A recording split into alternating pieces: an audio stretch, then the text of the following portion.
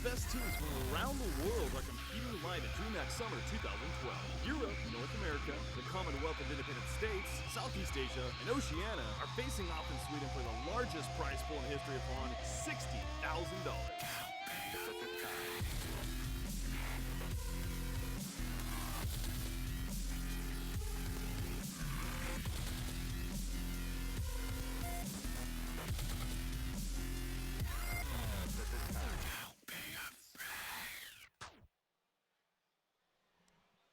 All right, guys, we are back, and we are ready to cast some more Heroes of New Earth coming up very shortly. Of course, I'm Breaking CPK.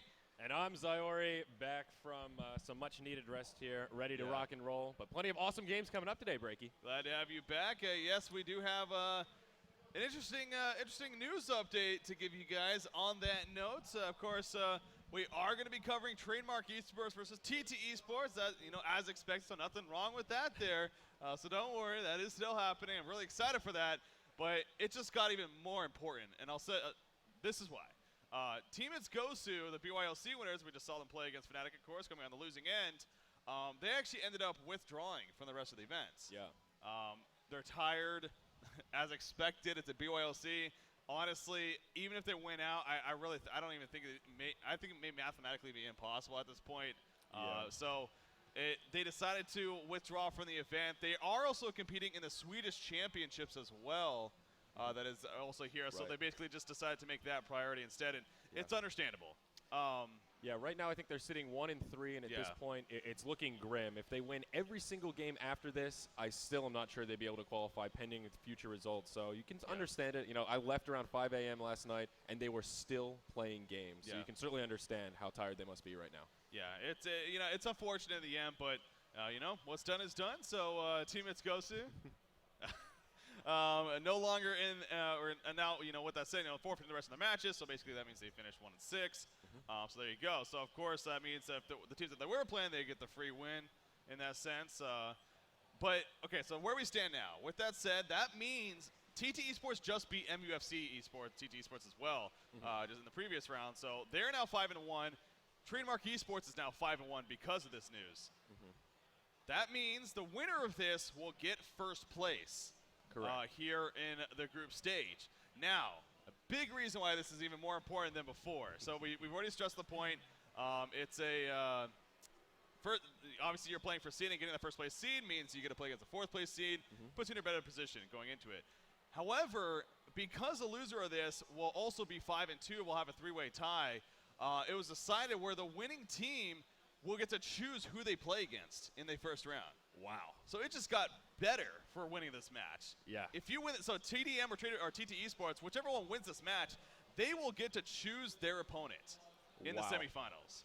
That is certainly a big deal. It's a big deal. As we've said many times, there are a lot of storylines in this event. Most of these teams have at least some history, and I'm sure every single one of these teams have opponents that they want to face and those they want to avoid. So not to underestimate this match by any means. Yeah, so very, very, very, very big deal indeed for these two teams. So, again, that's kind of what's on the line here for Trademark Esports and TT Esports. Obviously going to be going at it, and hopefully very shortly. We're still waiting on TDM, it looks like, to join the lobby, but TT Esports good to go. Obviously, the players are aware as well. We were just informed this after they talked to the players, so they know what's on the line. It's not like going to be a surprise to them by any means. Yeah. So. And I mean, all that stuff aside, it's still TT Esports versus TDM. A hell of a match. And then there's always that, I mean, it's going to be good anyway. But now with all this extra stuff on the line, I mean, it's going to get pretty insane. It's pretty awesome. Yeah, it was kind of a bittersweet thing. It like sucks, sure. You don't want to see Team It's Gosu obviously withdraw, but what. It's understandable at the same time. Yeah. But here we are. We definitely got a little bit better out of it because not only do we see the winner of this, it's even that much more, but also, we'll get a little bit of a break now here in between here in the semifinals. Yeah, So. yeah, we got a little bit backed up yesterday, so now we're going to have some catch-up time, and I think that's going to set things up to be very smooth moving into the semifinals and then, of course, the finals tonight. Yeah, so much needed break for everyone, not only us, I mean, for and the players as for well, everyone. Yeah, so that will be nice for everyone. So, so again, that's what's on the line here. TT eSports versus TDM. It looks like Trademark eSports is at least starting to join the lobby. So, again, hopefully in the near future here, we'll be good to go. But are you feeling fresh? You feeling refreshed? I'm feeling pretty fresh. Still sipping on my coffee over here, working on my fruit smoothie. So slowly waking up. I'm sure once we get into the action, that adrenaline will start pumping again. It does, man. I'll tell you what, though, man. It was hard to actually go to sleep last night. Up for 24 hours, and the adrenaline's still going. I know. We're at DreamHack. I was the same way. I thought I was so tired. I get home, though, I'm like, I'm not watching Fnatic TDM. Why am I at this hotel? I want to watch this match, but I had to sleep, so. But yeah, I heard about that result. That was definitely interesting there with TDM defeating Fnatic. It sounded like it was a good game. I kind of remember it. It was feeling a little loopy at that point. Diva and I were both, there was a lot of pitching back and forth, a couple dirt moments, but I'm sure they were all good games. It was a good day yesterday, but I'm glad I got at least a few hours of sleep here, feeling fresh. Scout ready. Scout ready. TDM. Well, no, I was gonna say actually lost train of thought there. Damn Scout. Succubus was played earlier today. You actually missed that. Really? Yeah, Team It's Gosu when they played against who was it? The BYOC that started off. Totally blanking out. That's how out of it I am right now. Team It's Gosu, they just played Fnatic. So before that, of course, it was TT eSports. That's right. So against TT eSports, they actually played Succubus. It was played by Chessie. That was pretty fun to watch. It. In the end, their really aggressive lineup didn't work out, obviously, as TT eSports was able to come through. But we did get to see a Succubus play, so that's pretty cool. It's been a while since we've seen a Succubus, so it's pretty awesome. I mean, still continuing that trend of rotating these heroes in that we really don't see too often on the big arena. And again, complimenting how much these teams have been prepping for this event, pulling out those wild cards, trying some different strategies. Absolutely love it. Yeah. So, it does make me wonder as obviously this tournament is going on and eventually into the semifinal stage.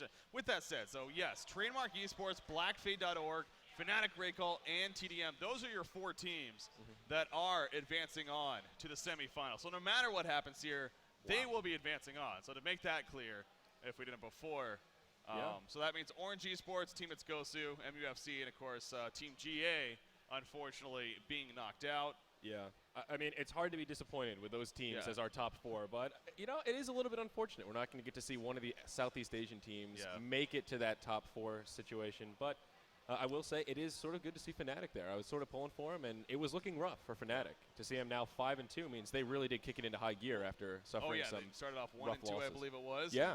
So that's pretty impressive. So. I mean, last night, as Diva said, he was over there in the player pit, and he said they are here to win. They turned up the juice, and well, I think it showed in their play. Well, yeah, and I was saying that earlier. I actually had Shinx on when after their match, and he was talking about how the player area over there is apparently a lot of fun. Obviously, we get to be over here casting, and again, there's nothing wrong with that. I obviously enjoy casting, but it sounds like they're really enthusiastic. They're like cheering and everything. They're going at it. And that's what you hope for in an event like this. Yeah. You love to see the emotion. You love to see the passion that these players have, and it sounds like at least that is happening down there. So that is good to hear. Absolutely. And last night on my way home, I actually hitched a ride with Black Fade, and they were saying the exact same thing. Everyone's yelling, everyone's screaming. They said every time they got a kill against Team It's Gosu, the team just unanimously yelled, Black Fade! So at least they were staying awake, keeping each other pumped up. It's like you said, it's good to see some of that fun atmosphere here at an event like this. Yeah. So after all, that's what we're here for. Exactly. It really is. So. I saw some people saying picture time. I go to grab. I'm like looking at the camera. I'm like, okay, this doesn't work. I gotta actually look down to do that. All right. I don't use inverted controls. It's so confusing. Anyways, oh my. So is the lobby filling up yet? Looks like we got a couple TDM players here. So seems like again a point to make too about this match. Obviously, both these teams, two very good friends of one another. They know each other very well. Especially going to the last event when it was Frey and TDM, they practiced all the time and to prepare for that event. So yeah, very good friends. Definitely at this event, they like to have fun. I'm sure even here, but when this is a big deal on the line again. The winner of this will get to choose who they play, and it makes me curious too. I mean, who are they going to choose? It's like great, we're going to choose who we're going to play. But who are we going to pick? Who are we going to play? There are no easy matches. Yeah, that's tough. I mean, there isn't a clear target that really would be an easy win by any means. I mean, so. you look back, you think if TT Esports wins, maybe they won't want to play Fnatic, because that would have been their only loss. So either TDM or Black Fade, and then you got TDM. Who did TDM lose to? TDM lost to Fnatic as well. That's right. So Fnatic seems to be the bane for these two teams right here. Yeah. Something tells me we're not going to see Fnatic in the 4th place spot. So yeah, I mean, of course, Fnatic, as we're all probably aware by now, the returning champions, and that just always makes things a little bit more interesting. You know, who knows? I still think Fnatic has a really good shot of just taking the tournament overall. Any 4 of these teams do. Yeah, I mean, all of them do, of course. Yeah. You know, I say that Fnatic just because seeing their record last night, there was a pretty good window of time when I was like, wow, Fnatic is really not looking good in this tournament, and I was really surprised. I'm still, you know, looking at this number here and seeing them kind of tied for first at the moment before this game. Yeah. Or, well, I guess the stats aren't quite up, but If you smell what the thrill is cooking. Hey, listen up, little Rudy Poos up here at the casting booth. I know that Cammy gave you a video on Trademark eSports that she wanted you to play. So what you two need to do is know your damn role and shut your damn mouth and play the Trademark video. Is that understood, Nicholas? Yes. Sure. Thank you. let's do it up.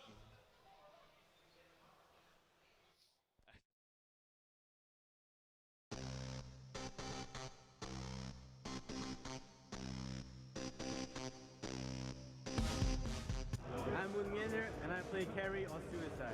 I'm Z-Freak, and I play second support or jungler. I am Sender, and I buy the wards. I'm B-Kid, and I play carry and ganker. I'm Tralfador, and I play utility / carry. We are Trademark eSports! So far, my experiences here has been just amazing. The competition at DreamHack this year is really strong. It's probably the most even of the teams it's ever been. I feel like we're gonna go 8-0. I don't think we're gonna lose any games. I'm not really scared of any teams. I think we can beat anyone, and I would always go into a match thinking we're gonna win. I never think we're gonna lose. I don't think there's any team out there that can beat us in a best of 3. I think what makes our team unique is we all come from different teams and different backgrounds, and we're the only North American team right now. It's kind of cool being here as the only North American team and representing our country. With the exception of Sender, we all stream pretty frequently, and you know, we have really high popularity in that regard. Moon has, like, I want to say close to 11 million viewers already, and he streams, and it brings a lot of attention to the scene and our team. It's my first time here. I get to see a lot of fans, a lot of crazy fans. Some fans brought me Swedish meatballs. I know for us, all our fans back home and all our fans here, it would just be really great if we can come out on top.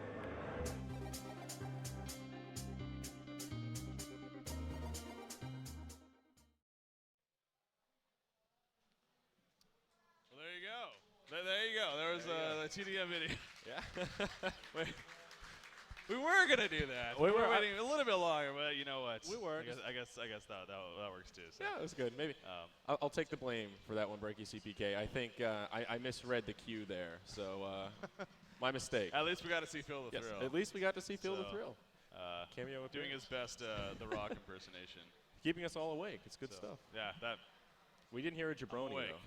We didn't hear Jabroni. No jabroni. Don't encourage him. Please don't. All right, so there you go. That was, of course, TDM, and kind of what they're looking like here at this event. So, obviously, a very passionate team, very enthused team, and for good reason. Again, they were in a very good spot here. You know, TDM was a team for me. It was hard to gauge how they were going to perform at this event. Yeah. They have experience with DreamHack winner, everyone but Moomiander, of course, but you know he's definitely been very solid for them. So not too surprising that I'm sure he's doing well here. Yep. But it seems like again we kept talking about this. Obviously, been a lot of focus on perhaps other games. Diablo 3 maybe coming up. You know, haven't been as focused on DreamHack and DreamHoN as maybe they should have. We're talking about, but they've shown the haters wrong, you could say. Yeah. Here at this event, so. Definitely. You know, it's been an absolute pleasure to meet TDM. They're, you know, one of the teams that we've covered many a time. So it's always a privilege to be able to match the face to the name. And, you know, in a scene like this where we really don't get to have LAN events like this that often because the international nature of, you know, Heroes of New Earth, it's really cool to be able to see these teams. And, you know, I saw that picture on Reddit earlier. Moon Meander, our one fan in the front last night at 4 a.m. Something about that picture just puts a smile on my face. Oh, that was so fun. Obviously, we had closed up at around 10. Well, the exhibition closed up at around 10 p.m., so not our choice. But unfortunately, it had to be all closed up. So, yeah, Moon Meander just comes in after playing his match, and he's like, I'm going to go ahead and sit here in the middle. Very middle in the front row. The only one here watching Heroes of New Earth. If you haven't seen it, go to Reddit. Awesome whatever it is, and look at it. It's a good picture. It should make you smile at least. This is interesting. I mean, again, if you go to DreamHack.com, guys, again, it's a pretty awesome site because you got a lot of stats on here. Now, I personally am a big stats guy. I love you know, looking into the stats, sports in general. Seeing it here for Heroes of New Earth is something we don't get to look at too much because it never really has happened. But you know, it's interesting looking at some of this information. I mean, right now I have TDM's profile pulled up. If you go to the team roster, you click on the team profiles, you can actually see the individual stats of all the players. And, you know, you got things ranging from average kills, average assists, to average deaths, to average goal per minute, experience per minute, and even average K plus A to D. So, yeah, assists to death. So it is actually really neat to be able to look at statistics isolated specifically to this event. So all that stuff we've been talking about, the scrimming, it's all out the window. It's exactly you know, just what they've been doing at DreamHack. And there are some pretty interesting statistics if you go through and look around. It is really quite interesting.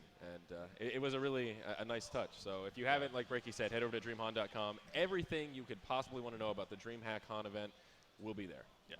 It's a very well put together site, and they're definitely doing their best to update it as soon as possible. So. Yeah. And that's true, yeah, live information as or live updates, I should say, as the information becomes available. But on that note, so I'm looking at the stats here. B-Kid is actually the leading GP. He has 474 average goal per minute through the 6 games so far. Yeah, that's pretty damn impressive. Moon Meander actually following that up at 408 goal per minute for his team. Then it goes down from there. You know, you got your average kills to look at, your average kills plus assists to deaths. I mean, it's definitely some pretty interesting stats. But so TDM, you know, you got B-Kid, Moon Meander looking pretty good. But you pull up TT Esports. And then you got this guy Slicks. Average kill plus assist to death ratio, 33.5. That's absurd. Is that Slicks is? Is that even possible? Apparently it is. 33.5. I think that's pretty awesome. I mean, that's just the numbers don't compute. Please don't. The game's almost starting. Don't worry. We're not the ones delaying it. We're waiting on TDM here. So TDM is almost ready. It looks like one person left. Who are we missing? One B-Kid. person left to join. B-Kid. Working out probably. 33.5 kill plus assist to death ratio. That's just absurd. And he's averaging 616 goal per minute. Yeah, it's insane. I think he's actually the number one in the entire tournament for average GPM. Double check here. Yeah, he's actually leading the way. Era actually in second for average gold per minute as well. So. Slicks, and actually, speaking of TDM, though, both Z-Freak and Troutlandor are in the top 2 seats as far as average assists per game. So speaking to those 2 players as well as far as their map activity and, well, just how well they've been playing throughout the tournament. Yeah, definitely deserving credit there. So, yeah, it's fun to see this. So definitely big props to those behind the scenes that are updating this for our viewing pleasure here with statistics. So definitely, again, check it out, DreamHon.com. Tomorrow, might as well make some more announcements while we're at it. Tomorrow, guys, if you aren't aware, obviously today we got the main event wrapping up here.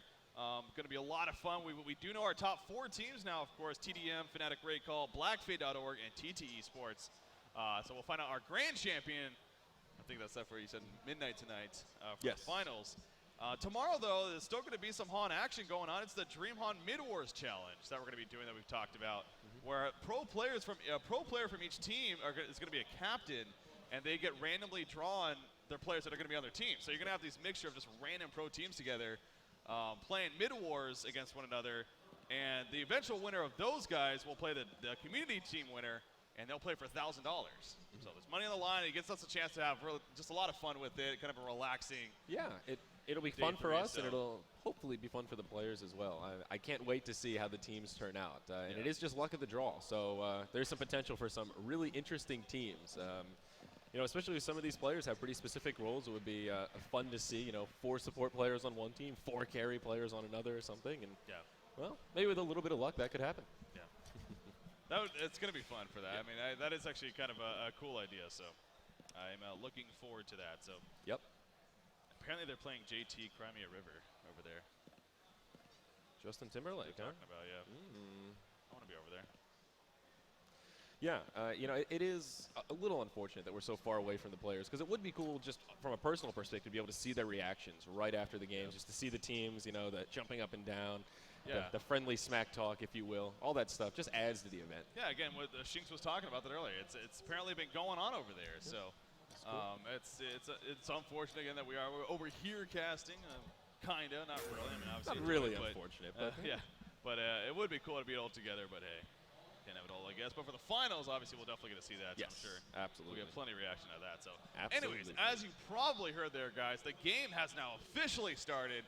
So I think we are good to finally get this going. We got Trademark eSports taking on TteS eSports here, and what is a very, very big match. The winning team will get first place in the group stages, which will allow them to choose who they play in the first round of the semifinals. Yeah, I mean, this is arguably the biggest match we've seen so far. So much on the line, and 2 of excellent world-class teams, some of the best players in the world going head-to-head. And I can't wait to see how it turns out. This is one of these games, again, where I really don't know who's going to take this. Either team has such a good chance of winning this game. Yeah. You see Breakfast of Champions there. You could make the point that he had some walk and then also a mixture of Monster Energy drink to go along with that. So delicious.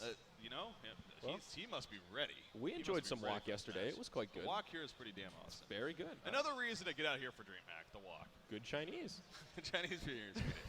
Imagine that. Come to Sweden for the Chinese food. All right, so we got the bands, though, have begun here. So far we got our Silhouette, Nymphora, and Tundra. So once again, the Nymphora band. And I think actually Diva did talk to you about this yesterday. I brought it up to him today again. And apparently Team It's Ghosty has run a lot of Nymphora lately. And that's kind of a big reason where it's been coming seen as, you know what, she is a powerful hero. Let's go ahead and all ban her now. Yeah, I mean, she certainly is. You look at her, and that ultimate is one thing that there just really isn't a hard counter for. You know, there are things like Tundra that can help. You know, appropriate warding can help, but still, a really good Nymphora, especially paired with a really good Pebbles or a really good Armadon, can just be so difficult to shut down and just so hard to deal with. Sort of that same reason we were seeing Cthulhuphant banned so much. Not because he's necessarily going to take over the game, just because he's so hard to deal with. Yeah, very annoying. So far, we got a follow-up to Ophelia and Armadon. Pebble still on the board. That'd be a dangerous pick to leave out there. I believe, who has the first pick? It was TteS eSports, I believe? Yes, TteS eSports. So if he happens to be left on the board, wouldn't be surprised to see that snatched up as the first pick, but probably not going to be, though. Yeah, and, you know, again, just to sort of reiterate some of the stuff we were talking about yesterday, Tempest is really just not been fitting into the play style of this tournament. One of the things Diva was saying last night, every event like this where there's so many games isolated from everything else, they kind of develop their own kind of mini metagame for this specific event, and Tempest just isn't really fitting into what these teams are trying to do. Yeah. I think I saw Tempest once yesterday. Yeah, we didn't see him in our last game. Oh, okay. I believe that was the last game. Maybe it was the first game today. It all blends in together, but we definitely saw him today. Yeah, we've seen her a little bit. Seen him a couple of times, but yeah, it's nowhere near what we expect to see him. I mean, like not even picked, but just banned is what we're used to seeing him. But yeah, not even either that. So Miraxis the final ban here, so probably a safe and smart ban there from TDM to finish off.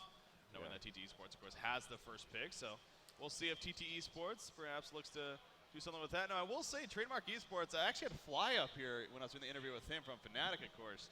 And he was going, we were sitting here waiting to do the interview, and Fly being Fly, doing research, going through the team, seeing what rosters they were running with in their just last couple of matches. And TDM actually ran a Warbeast against, I believe it was against MUFC. Wow. And he was going into depth how he explained it. It's because they had a neutral jungler and keeper of the forest, so Warbeast makes sense there. And he ended up getting like a Brutalizer and Shrunken Head, and he dominated the game for his team. So, anyways, just putting that out there. It's kind of interesting, I guess, 2 points. You know, one, talking to Fly is pretty awesome. And 2 is that TDM, you know, running some Warbeast. Troughnor has been known to do that. Just saying. From time to time. Definitely right. One thing that's interesting, though, is I want to know what Moon Meander is going to play this game. Silhouette, Tundra, and Bubbles are all banned, and in my mind, those are sort of the 3 heroes that he's kind of gunning for. I know he doesn't play Bubbles, but I did see him play a fantastic Bubbles yesterday. Yeah. So I'll be kind of curious to see who he ends up with, seeing as his 2 primary go-to heroes are off the board. Yeah, I mean, you also got Pebbles off the board. Polywog Priest is still on the board. Wow, and So. I'm a little bit surprised to see TDM not going for that Pebbles. We saw Trouplandor right-clicking him, and Pebbles still on the board, like you said. Torturer on the board as well. Wait, Pebbles on the board. Pebbles is banned. Pebbles, oh. Oh my gosh, I'm so Confused me sorry. there. I was like, yeah, no way. he was right-clicking. All right, my bad. Just Yeah, when it shows up there, despite it being banned, that yeah, gets that, a little bit that red annoying. text that says banned, yeah, that's the one. TT eSports, the big pick right there. They go with the Behemoth after the Luna, but they follow it up with Flux. So going to pull them efforts in here to set up a Behemoth ultimate, perhaps. We'll see if that Engineer may be around the corner. So Exactly, and you have to wonder now, is TDM going to be considering, are they going to pick Engineer? Are we going to try to counter this? Is TDM ever considered running Engineer? Maybe they'll pick him up just to mess with TT eSports. It's interesting that they pick Flux this early on is the only reason I say that. yeah, that is a good point. But actually, again, that just hit me too. We did see TT eSports play this early in the tournament. And going back to the day before, we actually got the chance to talk with them when they were practicing for the event. They made the point that My Nuts actually has been playing Flux in a Suicide Lane solo lately. So I don't think that game they ran him with an Engineer. So That's actually true. they don't necessarily. I do recall I think that game. this isn't like Fnatic. Of course, if it was Fnatic, then yes, you can argue that. But yeah, I don't think they're gonna pick him up because they haven't. So we'll see what TDM decides to go here. But definitely a fair point to bring up. They got about 20 seconds left here, remaining in overtime. Right-clicking several different heroes as Z-Freak. Sounds kind of unsure. Some thinking process going on. Another thing to note too, Trouplandor is in that lead spot. I know B-Kid has kind of been in that lead spot a little bit lately too, but Trouf has been in the lead spot from at least what I've seen throughout this event. So Forsaken Archer and Valkyrie, though, are the 2 follow-up picks here for TDM. Yeah, you know, that almost feels like a risky pick duo for me because it seems a little infrequent that we see the Forsaken Archer Valkyrie combo on one team, the 2 ranged agility carries. And sometimes it can be a little bit risky. If they set up their lanes appropriately, they're both heroes that can really be aggressive. Perhaps if they can pick up a Magnus last year, have Valkyrie Magnus, Forsaken Archer Glacius with a solo Electrician, those could be some really solid lanes. But at the same time, if they start to fall behind a little bit, they could fall into that trap where they have 2 carries that are a little bit underfarmed, and that will really limit what they can do. I will say with those picks, their final pick, it's going to be a jungle here. I can't see it not being a jungle. It's going to be Parasite, Tempest, or Keeper of the Forest. Think so? With this final Over pick. Magnus if he's not picked? You want to put some money on it, Breaky? Make things interesting? No, why do you say a jungler, though? Why for sure? Because it's Z-Freak, damn it. He actually hasn't been jungling that much today, or this tournament. No, the reason why I was saying that, because I mean, I look at the lane. You got Forsaken Archer, Glacius, 2-man. You got Electrician and Valkyrie as your solos. Then it just makes sense to play with that jungle. I mean, it does kind of depend on what TT eSports does here, obviously, with their 2 final picks. And you're right. I guess Magnus, you could run the Magnus Valkyrie lane. Wasn't even looking at that. So we'll see how TT eSports picks here, and then maybe kind of get us a better idea of how TDM is going to finish. There we go. It is going to be Polywog Priest, Hammerstorm. There you go. That is a lot of crowd control over there. They're going Slicks Hammerstorm. You know what that means. Expect some damage output. I think we may see yet another carry Hammerstorm. Yeah. That is something that I don't think I'll ever get tired of, seeing carry Hammerstorm. And we've seen a good bit of that. B-Kid at least twice yesterday. He did it twice, I think. Actually, one game we casted, and another game I was actually not spectating, but monitoring it. Yeah. And it looked like he was also going that once again. So, so kind of B-Kid is probably looking at that like, you bastard. I wouldn't be surprised if he's yelling at him right now over at the player booth. Magnus, the final pick, though. So there you go. There we go. All right. Off to a good start. Thanks to you. And there's our crowd. Man. Best crowd ever? Looking at these 2 teams. Best crowd ever. Woo, we hyped out there. We got TDM. Yeah! For us. There you go. You just got to get them a little bit motivated. And things start going. So there you go. Best crowd ever indeed. Man, I'm looking at TT eSports, though, and that is just, that's a crazy, aggressive lineup. So that's going to be fun. And I'm going to guess they're probably going to do a tri-lane here. Solo Polywog Priest in the mid, most likely. Flux in that suicide lane, then looking like a triple stun tri-lane. Yeah. So we'll see exactly how they do it, but that would be my guess, especially with Hammerstorm picking up that farm. That could be quite good, and it's going to be one of these kind of tri-lanes where it's sort of a killer tri-lane, but also a farming tri-lane, all in one bundle. Yeah. Yeah, that is very possible with the tri-lane setup. Wouldn't be surprised either. Ideally, trying to match it up against that Forsaken Archer, I think, would make a lot of sense, but we'll see if that becomes a possibility. Looks like we are in about a 2 to 3 minute pause here, according to the team, so gonna quickly use the restroom, I guess, and take care of some ins and outs here, but Got to do what you got to do. to reiterate again, this is the final game of the group stages, guys. Trademark eSports versus TteS. The winner of this, it just so happened this way, but the winner of this will get first place. And again, they get to choose their opponent that they play. So very, very important. But we were looking at that earlier. Both of these teams, their only loss so far has come to Fnatic. Interesting So, how that works out. Yeah, it is very interesting. So it makes me think that Fnatic probably isn't going to be the choice team that either one of these want to play. So it's really either Black Fade or one of these two teams. Both teams will be gunning for Black Fade. They Is say that their name, they turn around. as Black Fade is sitting in front of us? They're sitting here right the in front of us. VIP seats. Oh, this is awkward. Oh, no. No. But yeah, so I wouldn't be surprised if it happens to be one of those two teams and not Fnatic as a result. But no matter what, again, it's a case of, like we said earlier, it's like, yeah, we're going to pick our team that we face. Well, who are we going to play now? They're all pretty powerful. Yeah, no matter what, it's gonna suck. Yeah, So. it's still going to be a hell of a best-of-3 series. And Yeah. that's another thing to note as well. Coming up when the semifinals start, that's when the best-of-3s start, which is probably going to be a nice change, as we've only had best-of-1s thus far. It will be, yeah. We've all best of ones through the group stages, of course, as expected, and it's great for this format of the event. But best of 3, and I think you'd ask most competitive HON players that they would have the same answer. That best of 3 is really the true format for Heroes of New Earth, for this genre in general. It fits it so perfectly. I mean, best of 1, it's so many things can happen in the game, from the picks, the side that you're on. I mean, you really at least need that best of 3, and well, I think best of 3 is a perfect. And best of 5 is just too long. Let's be honest. So. Best of 3, yeah. So that's going to be cool with the semifinals, and then those will be staggered, by the way. So for those that are wondering which one we're going to cover, the first one starts at 4 p.m., I believe it is, local time, and then the next one's set to start at 7. So we're going to cover both of those semifinals, best of 3, and then of course the grand finals at midnight. So Yes. that's our schedule. Yep. Schedule for the rest Something of the pretty day. close to that. The finals are the one thing that absolutely have to start at Yeah. midnight. The semis, if one ends early, we may start the second set a little bit early if the teams are ready to go, but the finals will 100% be starting at midnight Central European time. Well, on that note, too, then actually the other benefit, I forgot to bring this up, but the other benefit of finishing first is you actually also get to play at 7 p.m. instead of 4 p.m. Oh, so you don't okay. need to rush into your next match. It gives you a little bit more preparation time. I do find that interesting, though, because I wonder if the winning team would actually want that, because we would kind of think maybe they want to keep the momentum up while they have it and That's interesting. play that series right away, or maybe not. I mean, Probably maybe they to would each want his more own kind of a preparation. thing. Yeah. But you're right. It does give them that option, I suppose, Yeah. which way they want to go. Yeah. Should be interesting, though. I will be curious to see whoever wins this, which team they pick.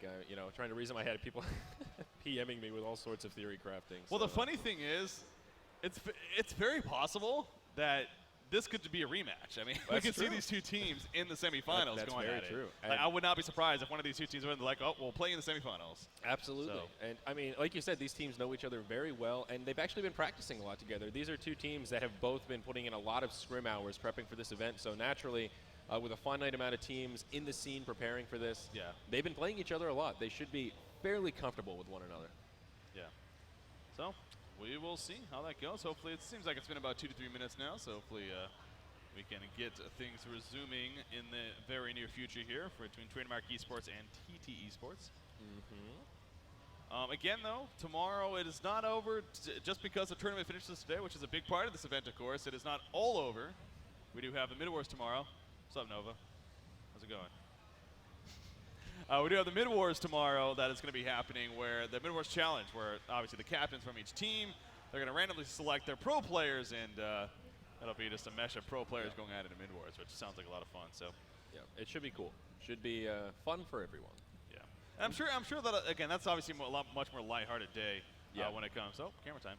Much more lighthearted day when it comes to casting, and when it comes, we'll probably bring pro players on, do interviews with them, kind of more casual-like, and have fun with it. So, yeah, it's going to be a fun time. But of course, today this is the reason why we're here. Let's be honest. Oh, yeah. With the DreamHawn event. So, really can't wait to see what happens here. I mean, this. I'm not going to lie. As much as I was kind of hoping for the Southeast Asian teams, at least one of them to maybe advance on, I was really looking forward to seeing maybe something like that. I can't say I'm disappointed by any means with our top 4 teams. I mean, if you had to, if I was a betting man, if you had to put money on which 4 teams would make it, I think it's safe to say a lot of people would put it on these 4 teams. I would agree with that. I think that probably would have been a safe bet. Maybe because we know more about these teams, so it's a little bit easier to say, I've seen what Fnatic's been doing, I've seen what TDM's been doing, and I know they're looking strong. But you're exactly right. And I think we're going to have so many great more matches. Well, I know we're going to have so many great more matches coming today. Anyhow, the pause has resumed, and let's take a look at the lanes, Breaky. Let's do that. We see the lanes coming about right here. The top lane over here for the Hellborn team. Valkyrie is going up there with Magnus. Again, that's pretty much expected. Forsaken Archer Glacier is going to be in the mid, it seems like. And that means Electrician by himself in this lonesome, being played by Moonmeander, going to be in the suicide lane, long lane. So, difficult situation for him, but it's for the sacrifice and for the better of the team. Yeah, and I like the choice to send the Forsaken Archer Glacius middle, and especially going back to the point that we were talking about, you know, possible tri-lane potential coming out here from our Legion side. And if they were going to run a tri-lane, the ideal setup would be to go against that Forsaken Archer Glacius lane, to lock down that Forsaken Archer. Exactly. Obviously, being the middle lane, you know, we're probably not going to see that. I mean, now, very likely we could see Behemoth and Aluna sit around and in that middle lane, maybe try to camp them and make it very difficult still, but it's not going to be a true tri-lane by any means. But they are going to head bottom instead. Hammerstorm, though, he will be the focus of farm. You see that hatchet picked up, being played by Slicks here. Yep. So looking forward to seeing how that plays out here for TT Esports. Yeah, absolutely right. And like you said, this isn't really going to be a true tri-lane. They're going to most definitely at least rotate one of these players, whether it's Behemoth, Aluna, or both. They're going to be moving around trying to set up ganks wherever. So that's opens a few doors for TT Esports, and hopefully that can at least help this mid lane. You know, we've seen Polywog Priest a few times in this tournament really start to take off. So if they can support that mid lane, you know, things could go very well for TT Esports. Yeah. Apparently, Wotalaba having some connection issues once again, but it looks like we're going to be good for a resume here. Yep. And good to go. What would this tournament be without a pause? I really think every game we've had at least 2 pauses. I think so. Yeah. That sounds about right. Anyways, again, as I was talking to Diva about that earlier, you know, it is understandable. Technical issues happen when you're at an event like this. It's understandable. So. And thankfully, the game that we play, you know, allows for that to take place. Yes. A good amount at least, or if you need it. Especially with the reconnect feature and whatnot, it's pretty awesome. So that's absolutely right. There's our second pause, so keeping up with the average here. Third pause. That is our, wow, you're right, that is our third pause, huh? Close, so. That's good. Anyhow, the top lane, though, it is going to be Flux in a 2v1 situation. So a true suicide lane here for Flux in that long lane up against a very deadly duo. Of course, the Valkyrie Magnus, a classic. What do you think here? Is My Nuts going to be able to handle it? Yeah. Okay. Yeah. Flux is, again, he has been playing this role. He knows what he's doing when it comes down to this.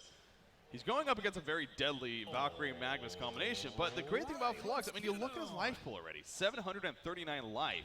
Yep. He's still level 1. We just started this game. He has 200 life more than most everyone else in this game.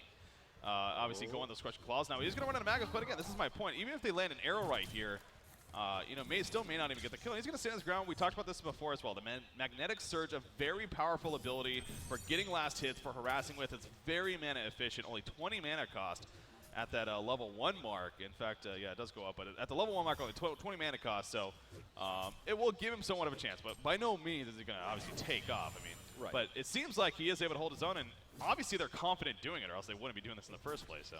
Yeah, exactly. And you know, this is another one of these situations where is Magnus going to hang around knowing that they're not going to be able to shut down Flux too easily here? Is he going to start moving around the map, or is he just going to stay in this top lane with Valkyrie? We see the combo going out yet again, but as you were saying, Breaky, only a 1.5 second stun, and Flux is going to be able to survive. Of course, that recent nerf to Valkyrie's arrow sort of hindering the Valkyrie Magnus duo compared to what it used to be, at least. Yeah. Yeah, that's... but again, a perfect example right there of the survivability that he does have, and he's going to get some reach and deliver to him, it looks like already. But, you know, understandable. Seeing the work here. There's a health potion being delivered, so yeah, having to benefit from that. Look at this bottom lane. Behemoth kind of setting himself up behind Electrician. Electrician knows he's there, but doesn't even care too much. Double melee lane, though, here at this bottom lane. Is not too often you see that. Yep. But, you know, it kind of makes sense. Obviously, Behemoth just simply here to babysit, to harass Electrician out of the lane, and with him being a melee hero as well, doesn't necessarily have to worry about getting harassed himself. And Hammerstorm just absolute free farm. So, again, very rare to see a double melee lane, but it does make sense here. Yeah, absolutely. And Slick's picking up this farm. Like you said, he's well above 300 GPM to start things off, leading the way in farm, kind of with flying colors right now. So that's definitely good news. We see a little bit of engagement onto Electrician here. Actually, Electrician was the one to start it off. And looks like he's going to be able to survive it in the mid lane while all that is going on in the bottom. We see the Bloodlust kill coming out. BK going to be able to take out Watalba. Yeah, that was well played right there in the middle lane. Obviously, I think that was the case. I caught more at the tail end of that. But Aluna was the one playing pretty aggressive right there. However, she just ended up getting turned around on by our Forsaken Archer Glacius combination.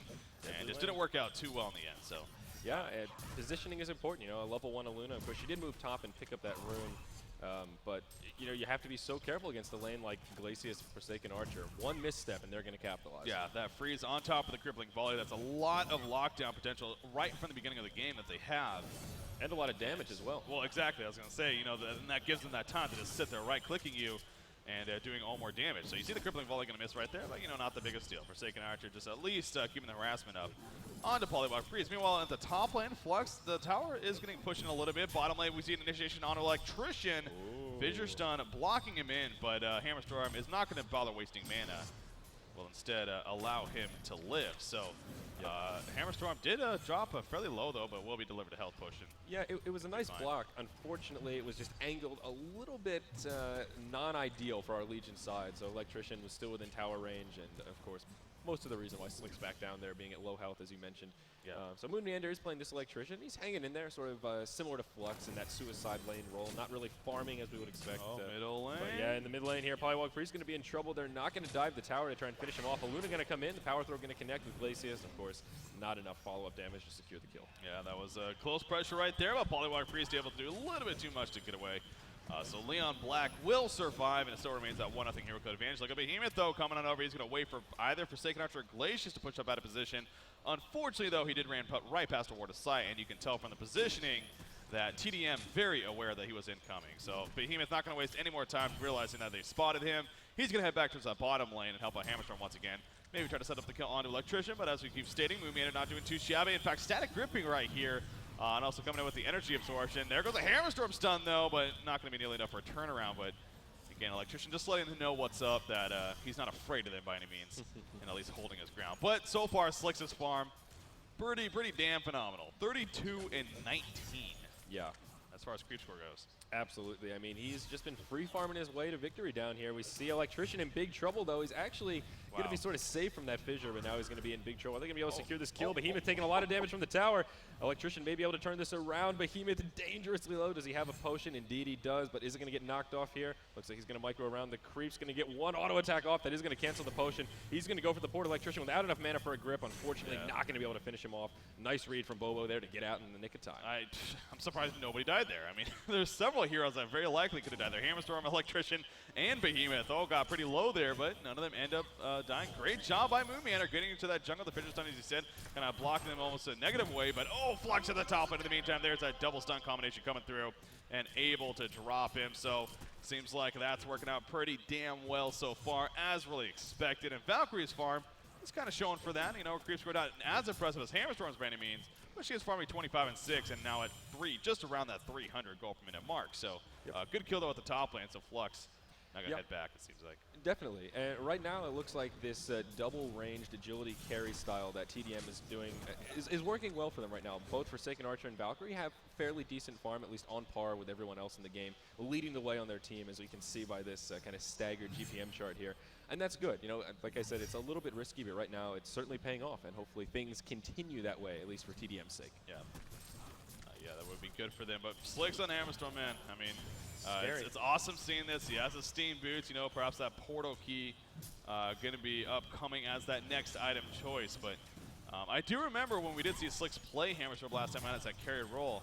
Do you remember the Rift Shards coming out? So just saying once again, I mean, just saying. You can get some big numbers with an item like that. So we'll see if that perhaps becomes a possibility here for him. Meanwhile, back to the top lane, though, Flux in a lot of trouble once again, dropping a half-life. The stun's already used, though, so he will survive. But again, the pressure continues here at the top side onto this Flux. So my nuts on Flux, again, his creep farm isn't bad. I mean, he does have managed to have 12 for being in that suicide lane. Is level 5, which is under level compared to the Valkyrie, so doing his best, but it seems like the Valkyrie and Magnus combination, Trophmodor and Z-Freak, are doing a pretty damn good job themselves. So.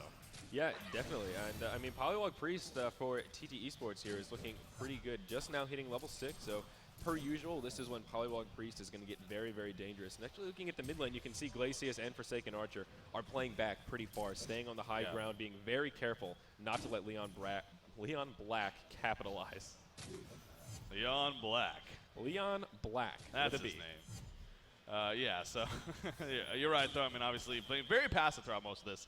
And we do see that quite often here as B-Kid's farm, you know, perhaps hurting a little bit because of that, but it is for a very good reason, so.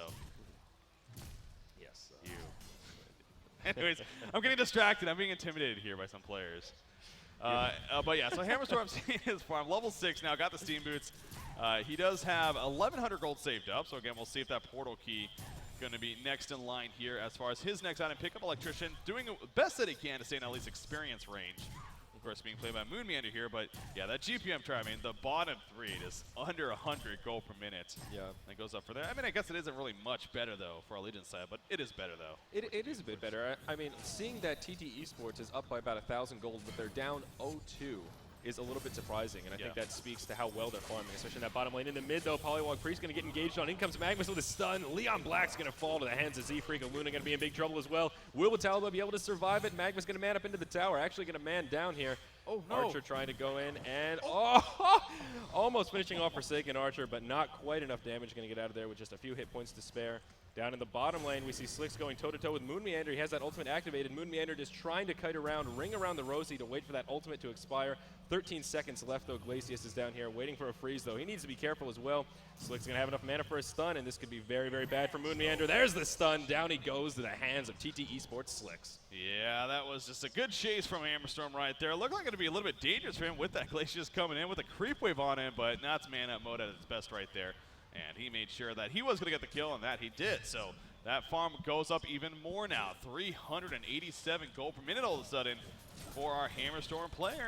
And there we go, actually. Mighty Blade purchase. So that kind of answers. Oh, the fissure stun on the wrong side right there. Forsaken Archer, 100% dead if it was on the right side. But the fissure just a little bit too fat. And it goes on the other side. So Bobo a little bit mispositioning there when it comes to it. Definitely a free kill, like I said, but unfortunate. Very unfortunate indeed. So 1-3 now, about 10 minutes in. Both teams playing relatively passively here, but speak of the devil in the mid lane. We see engagement onto Leon Black. He's going to fall, but he gets the ward trap off onto B-Kid to make it a 1-for-1 exchange. We see Electrician actually taking a hell of a lot of damage here to those wards. Unfortunately, that Aluna stun not going to be quite long enough. Only level 5, so no chance for a red stun. All of meanwhile in the top lane, Z-Freak and Charles Pandora going to be able to set up a kill on My Nuts. Yeah, once again, Flux just in a bad position, and when it comes to that double stun, I mean, you're never really in a good position, I guess, but just got caught out, and the follow-up happened, and sure enough, the kill happened. So, but yeah, I love the play by Leon Black right there, knowing 100% that he was dead, just basically threw the wards down with the ward trap, turned around with the electric jolt, and at least got the counter kill on a Forsaken Archer. So very well played on Leon's Black part.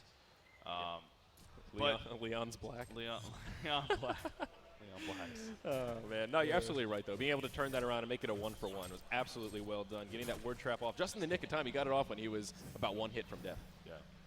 Very, very good timing there. So, this I mean, our Hellborn side not doing a whole lot to, I mean, we're still fairly early on, only 11 minutes in, but not doing a whole lot to address this Hammerstorm yet. You do got a very aggressive roam-style team. You got your Valkyrie, your Magnus, your Glacius, Electrician. I mean, the potential's there, but it is not happening, at least just yet here for our Hellborn side. And Hammerstorm's farm is continuing to just, you know, like I said, go up and up.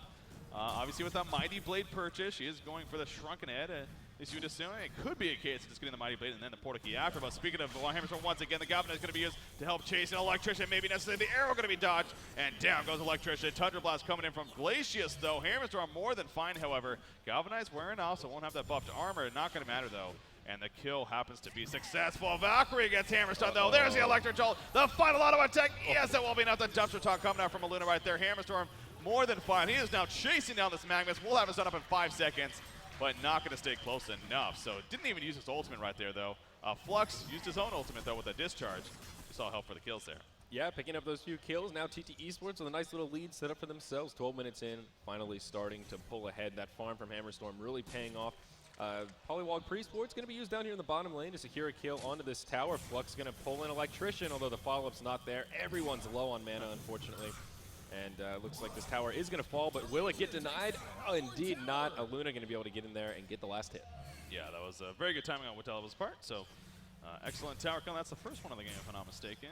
Yes, it is. So, first one of the game coming out here for our TT eSports team. Second one of the game, maybe coming soon, though. You see the middle lane Forsaken Archer using the Call of Damned ability with those skeleton minions and applying a lot of pressure, but not enough for the kill. Flux going to start running in, and that is enough to scare him off. So, Flux, speaking of him, you look at the items, obviously not doing too well. He does have his little red booties, but other than that, really nothing going on for him. But again, it's kind of understandable with the lane setup that he had going. So we'll see if he can start to pick it up as this game progresses here, as I would think.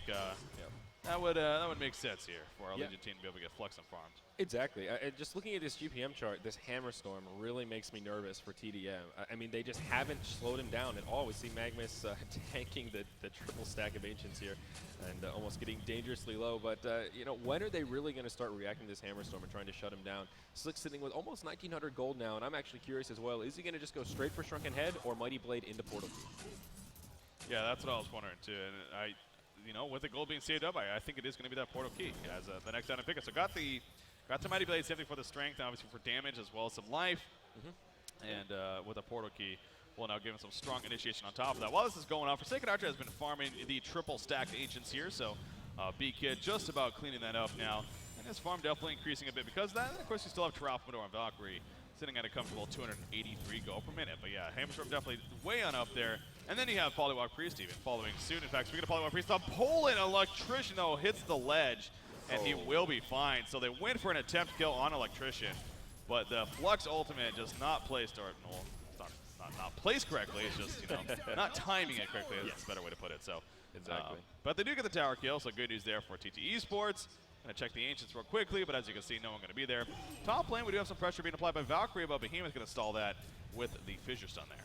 Yep, exactly right. We do see 4 heroes for TT eSports still in the mid lane. Polywog Priest does have those wards up, so they may opt to actually pressure this tier 2 tower, or they may not. It looks like they are going to actually scatter about, and Polywog Priest going to head to that top lane with an invisibility rune active, so there could be some action coming Valkyrie's way here. Troughlmador very wisely going to back up, and he's going to head to the side shop, and this could be bad news bears. Can Leon Black get this ward trap? He's coming in. The Fissure actually going to miss, but no. Okay, doesn't matter. Okay, I was going to say. Makes up for it with the shockwave. If that actually was a difference between him getting away now, that would have sucked. But he did have to use a shockwave because of that, so you could argue. Well, it still does suck that he missed it, but at least still, they get the kill, so that's the important thing right there. Well, the red power throw from Aluna as well. That helped too. Yeah, that was a very nice placement. Speaking of that, exactly from Aluna, we've seen some very impressive power throw snipes in this tournament. We have. I mean, on a side note as well, we've just seen a lot of Aluna. I mean, she and high priority too. She's picked up early on. She was first pick in this game. Yeah, there you go. So there you go. Speaking to how much these teams value Aluna, especially in this tournament, again, that sort of micro meta going on in this event. It reminds me a little bit of, for the last event, it was a. Wow. How do I not remember his name? Glacius, right? No, it wasn't Glacius. It was Medusa dude. Medusa. The Medusa. Midas? Oh, Midas. Wow. There we go. Oh my God. We haven't seen him in this tournament, so obviously not coming to name. But Midas. Midas was a very popular hero in the DreamHack Winter event. And poor Midas. We definitely saw a bit of nerfs coming after the event, perhaps as a result of that. But he was considered really that just dominant hero in that event and picked up pretty much by everyone. It kind of seems like Luna's fitting a similar role. In the meantime, though, we see the pickup on the double damage rune, and Flux goes down right there. So a good catch coming out from TDM as they now take the 6-5 hero kill advantage. Yeah, that was really unfortunate. Flux pulled Magnus, trying to prevent him from picking up the rune, but Magnus picked up the rune and then got pulled closer to Flux. So really it worked in Magnus' advantage. A small misplay from my nuts there. Yeah. Magnus, so with that double damage rune, about 15 seconds remaining, so we'll see if there's a possibility they can maybe use that. You got Hammerstorm and Behemoth here protecting the top lane. And Hammerstorm is pushing up right here. In fact, Hammerstorm portal keys in. We'll let this done. But you see the Steam Bath used by Magnus, so he is going to be more than fine. And the arrow also missed. So a lot of initiation happening there, but not enough follow-up or not enough damage coming out for the kill. Meanwhile, the bottom lane Electrician pushing up a little bit too much. The War Trap is out. Flux joins the party, and Moon Meander will fall to the ground. The tower obviously very low, not into deny range just yet, though. So that's the good news right there. But yeah, great kill too much electrician at the bottom lane. Looks like Moon Meander may have overextended a little bit, taking damage from the tower while stuck in the ward trap as well. But not to forget, in the mid lane, while all that was going on, B-Kid was able to take out that tier 1 tower, and he actually did pick up the last hit. So that is definitely good news for B-Kid on that Forsaken Archer, who's now surpassed that 300 GPM mark. Valkyrie nipping at his heels. Yeah, you know, Valkyrie and Forsaken Archer, they've been creeping up slowly. I mean, but they have been going positive, and it is working out. I mean, it isn't as amplified as that Hammerstorm, but they have been creeping up, and I think that is a little bit better for TDM in that sense. You know, you look at the heroes like Forsaken Archer, like Valkyrie, being those ranged agility carries, will tend to be more useful, more powerful in going into the later game stage if they can continue to keep this pace up. Hammerstorm, kind of one of those guys, and by all means, I mean, if he can get built up, he can hit so freaking hard in that late game stage. But seems really the mid game is where he would shine when it comes down to it, especially with a start like this. But Forsaken Archer and Valkyrie could eventually take over. So yeah, it's good that they're at least getting a pretty solid farm themselves, so it's not like they're falling completely behind. They really want this top tower, though. You can see, again, another fissure stun coming out. Bottom lane, I missed that, actually, but Hammerstorm jumping Electrician again with the assistance of Polywog Priest, and they get another kill on him. So Moon Meander, 0-4-1, not his best game here. Yeah, definitely struggling. You know, it's really hard when you're in a really aggressive lane, like down in the bottom. There wasn't much that he could do from the get-go, so he's under-farmed, and now it's catching up with him. It seems he's playing a little bit too far forward, but it's really difficult. A lot of crowd control coming out. I mean, Hammerstorm, Polywog Priest is a deadly duo by all means, so certainly a little bit scary. One thing that's interesting to note, though, the difference between the B-Kid and Slick's style of Hammerstorm. We see Slicks not getting Mighty Swing, level 1 Galvanize, and opting for stats. Yeah, see, I talked about this the last time, too. B-Kid's like the only one I've ever seen that on. I've always talked about it. I've always wondered about, you know, why we don't see that more, especially if we're going to build him in this style and get the farm on him. But B-Kid was the only one that's done that. But here's a perfect example that really not many others do, and Slicks being that perfect example right here. Deep in the tower at the bottom lane. Dropping quickly here. It is in deny range now, so that's going to be to the Hellbourne team's benefit. At least they should be able to deny it. At least I would hope so. Yeah, that heavy ballista, unfortunately, getting it down too low, and Magma's just going to go ahead and deny it, but still, as usual, taking out those tier 2 towers is still a positive, and going to lower those access points. All at the top lane as well, we see Behemoth and Luna and Flux as well pushing the tier 1 tower. Yeah.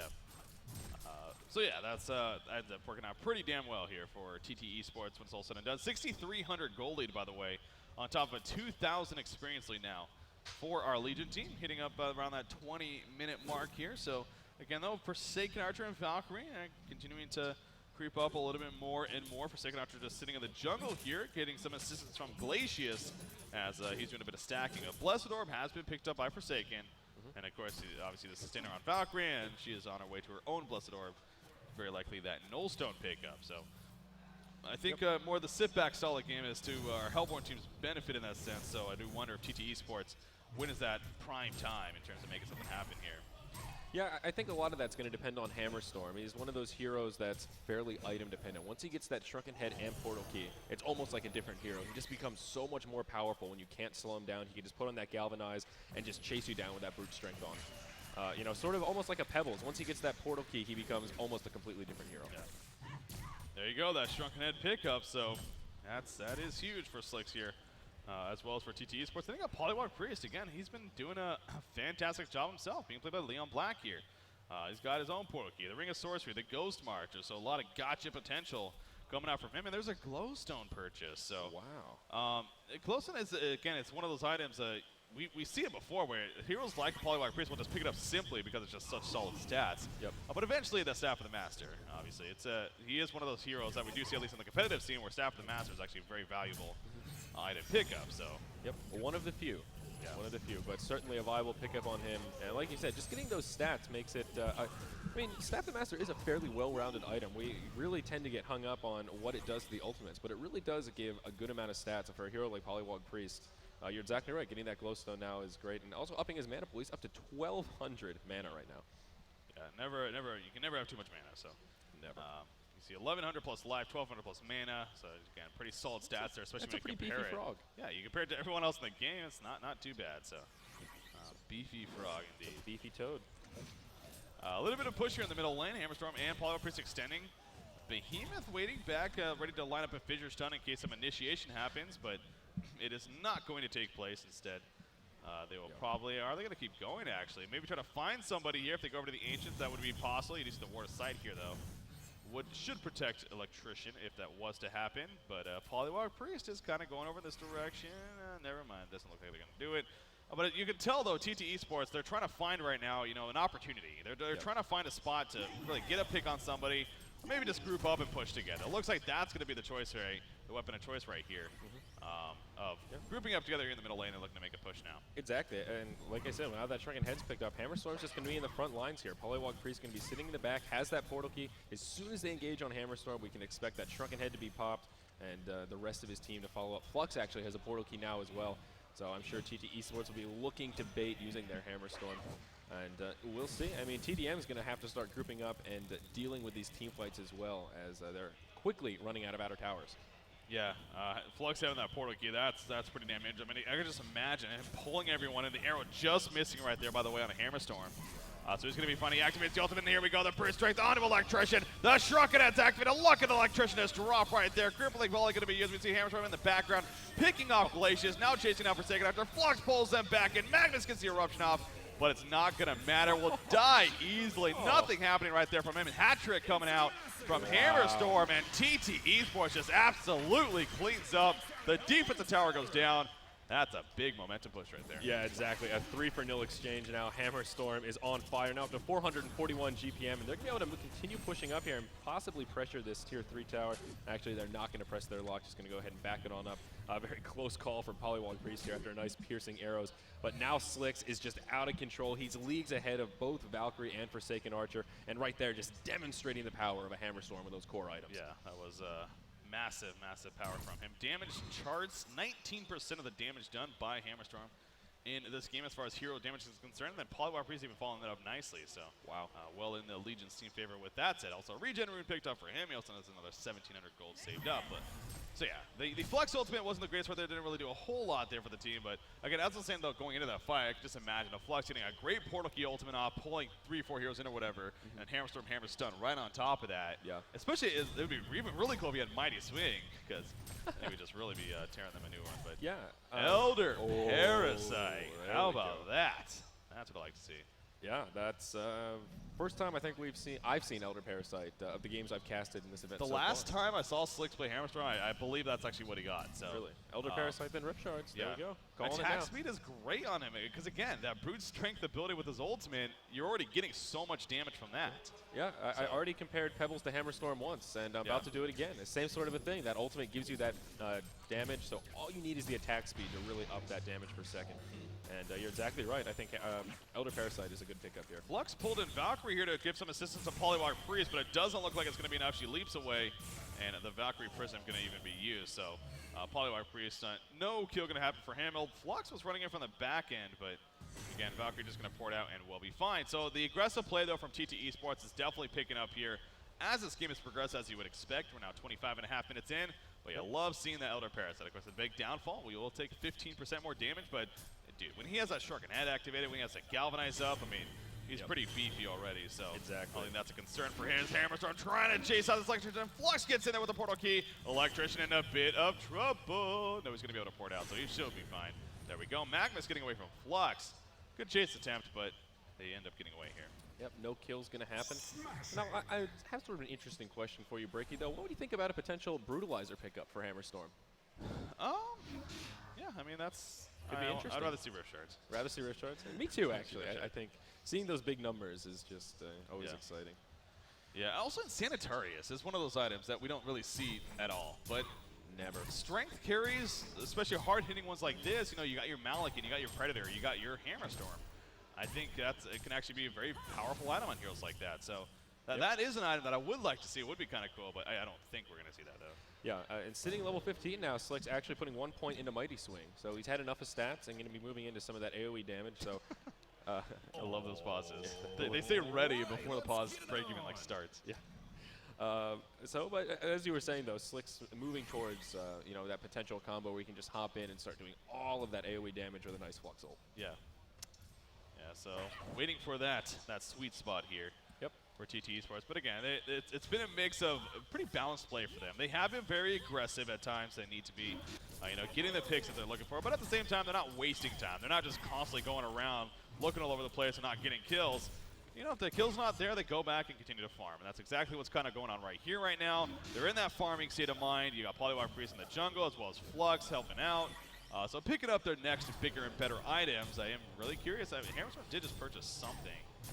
He only has 700 gold. He's cleaning out some Ancients right here. So actually I wonder what that was. Portal Key, by the way, also on Behemoth now. 4 portal keys on TT Esports right now. Wow, yeah. Look at that initiation power. I mean, if anyone on TDM makes one step out of line, it's going to get capitalized on. It's so much jump potential right now. So much gotcha mentality, Breaky. Gotcha. Gotcha. Yeah, that's dangerous here for TDM. So Trademark Esports, it's the first thing that comes to mind when you bring that up is, you know, vision. And right now, there's only this one ward of sight here at the bottom, really the Conqueror pit area here near their Ancients. Other than that, it's pretty much blind. So they really can't farm their jungle right now. They can't even push up in the lanes. I mean, they just need to play very, very passive, and that's what they're doing here. You know, that's not necessarily the worst thing. They do have some solid turtle, solid heroes. They do got Forsaken Archer and Valkyrie doing pretty good. Here we go, though. Hamster does it. The Shuriken's activated, and that kill start happening all over the place. Magnus will fall right there. The Polywalk Priest wards are down. Glacius goes down, and you see Hammerstone just beating on the creeps. The damage is already done. Now, a couple of heroes end up surviving. We do have a buyback from Valkyrie. So she did die, but buying back right away. Electrician in the midst of it all, but the portal key from Hammerstorm. And look at even an Electrician fall right there. Hat-trick coming out right now for Hammerstorm.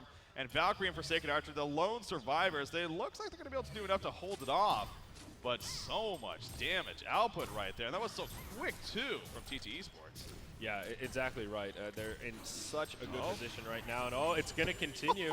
And jeez. Tralfmador just getting annihilated there. Polywalk Priest almost going to go down, going to be able to survive with about 15 hit points to spare. Leon Black cutting it very, very close, and he has now picked up the Staff of the Master right before that engage, and I think that extra little bit of hit points actually kept him alive there.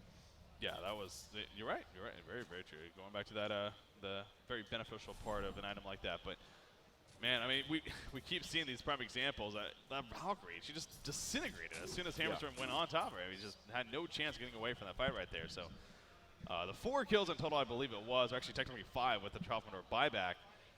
So very good cleanup right there from TT Esports, and the momentum just gets that much bigger. 12,000 gold lead, just about 8,600 experience lead. Yep.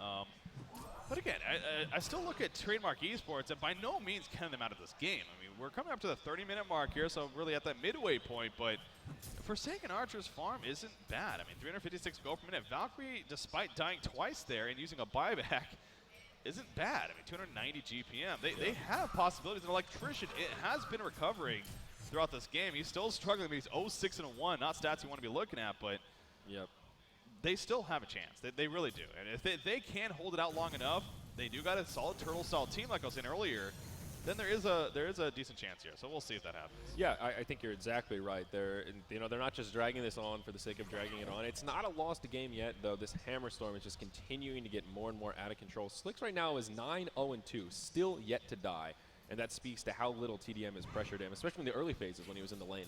Yeah. You see Galvanized used by Hammerstorm right there. He was looking to get that portal key jump, but no one seen Polywalk Priest porting into the jungle right there. Elder Parasite even activated by Hammerstorm, really for the speed increase, I guess. They're chasing. They want to catch Electrician. The Flux ultimate use. There's the Behemoth finish done. The Hammerstorm's done, and Electrician is 100% dead. He's going to be invisible for a little bit, but yeah, as soon as he comes out, he is a dead Electrician. So well played right there. Great catch. He cannot buy back, so it's going to be a 5 versus 4 push here. And that's exactly what TT Esports was looking for, that one pick. Now they have a 5v4 engage, like you said, no buyback coming. And they're going to be in a really good position to make this happen. They still have a lot of ultimates up. Hammerstorm just put on that Mighty Swing. There we go. I saw it on cooldown and got a little nervous for a second. Of course, the ward's coming out, and this tower is dropping like butter to a warm knife. Breaky CPK, of course, that sold bulwark on Hammerstorm, helping that pushing power. The engagement onto Valkyrie. There's the Hex. There's the Fissure, and actually the Shockwave going to be there to finish off the kill. We see Forsaken Archer and Magnus headed towards the well. Fancy camera work here. But anyways, yeah, that was a very good catch right there. In fact, we do see the GG's being called. I think that meant to be a concede vote, not a pause. So there we go. It's going to be official. TT Esports will be finishing first place here in the group stages. Trademark Esports, now we'll have to wait to see who they choose to face off against. But TT Esports victorious. Wow. Very deserving, but man, oh man, they looked very powerful throughout this whole event. Yeah, they have been on fire. And I think the takeaway here is do not let Slicks free farm with a Hammer Storm. He will farm, he will get out of control, and he will carry that game. Yeah. Still yet to die. 9-0-6, furthering that insane kill death assist seems like ratio. he has maybe like 5 deaths total this whole tournament. It's absurd. It's truly absurd how little Slicks has died. Yeah. Well, again, this now what was on the line there, guys? This brings up the point now. So, excuse me there. TT Esports, their first place. They finished with a 6-1 record. The biggest benefit of that is not obviously being the first place seed, but with the first place seed, they get to choose who they play now in the first round of the semifinals. Again, not that that's a great thing necessarily, but it at least gives them a choice. So it's not just random or whatnot, but so that's the good news now. Also, just kind of the morale. Winning the group phase, being the number 1 team, that's got to feel good. That's got to fill them with confidence. Hopefully they can carry into the semifinals and possibly into the finals if the semis go their way. Yeah, that's actually a very good point to bring up. You know, coming off a win to finish off the group stages here, you know, you want to get that momentum going into the semifinals. Exactly. So why not, you know, with a victory here over Trademark Esports. But again, this does bring up the point too. So both these teams lost a Fnatic raid call in the group stages. So yep. I believe that I find it very hard to believe that they're going to choose Fnatic. So it's going to be BXF or TDM. Maybe they'll choose TDM. Maybe we'll see a rematch. In Exactly. the I was just I thinking that, you know, TT Esports, it just beat TDM. Maybe feeling confident they could do it again. So that's certainly a viable option. But we'll see. You know, as soon as we know, you guys will know. Yeah, that's very true. So, so there you go, guys. The group stages there for the DreamHack event is officially wrapped up.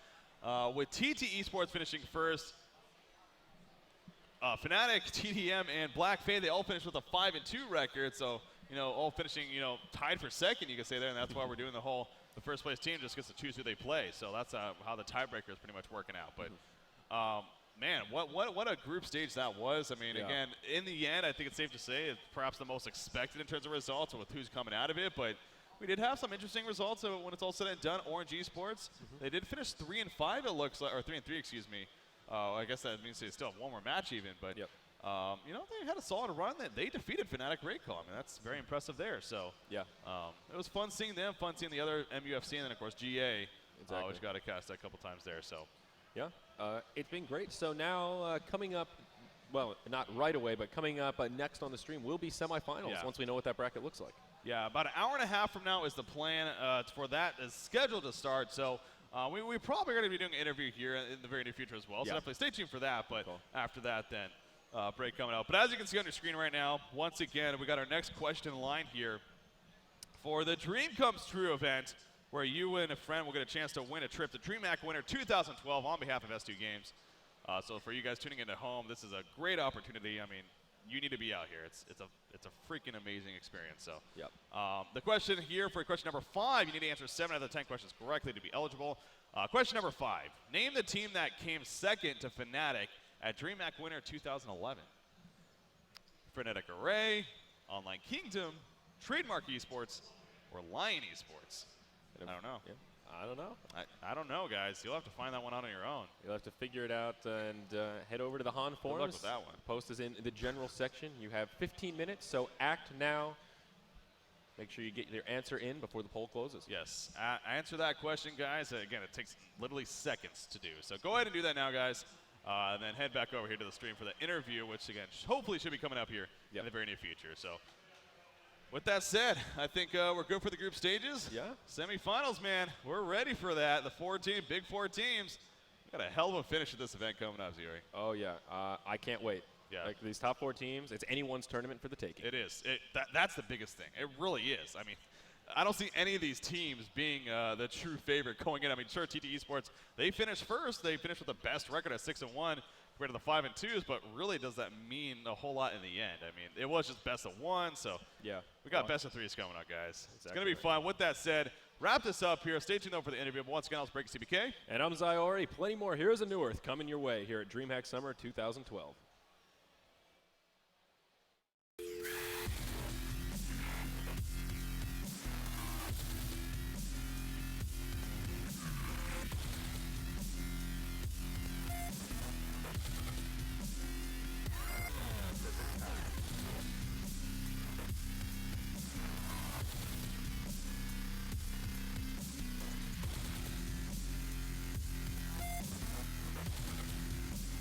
best teams from around the world are competing live at DreamHack Summer 2012. Europe, North America, the Commonwealth of Independent States, Southeast Asia, and Oceania are facing off in Sweden for the largest prize pool in the history of HON, $60,000.